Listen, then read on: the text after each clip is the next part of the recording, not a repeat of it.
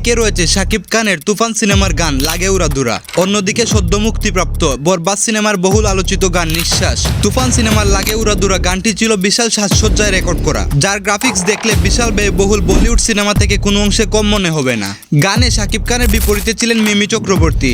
তার dress up, makeup, look ও dance performance সব মিলিয়ে গানটি ছিল পুরোই ফাটাফাটি। তুমি চাইলে তোমায় কিনা দিমু লাল ফেরারি গাড়ি। অন্যদিকে বরবাদ সিনেমার নিঃশ্বাস গানটির জন্য কোনো স্পেসিফিক ভিডিও শুট করা হয়নি। সিনেমার কিছু গুরুত্বপূর্ণ পার্ট ও ট্র্যাক্স লিরিক্সের কম্বিনেশনে গানটি তৈরি করা হয়েছে।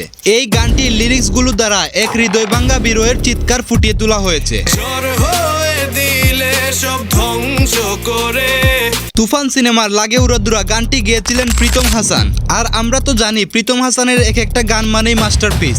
এদিকে বরবাদ সিনেমার নিঃশ্বাস গানটি গেয়েছিলেন জিএম আশরাফ। তার কণ্ঠে গাওয়া এই গানটির প্রতিটি লিরিক্স হৃদয় ছুঁয়ে যাওয়ার মতো।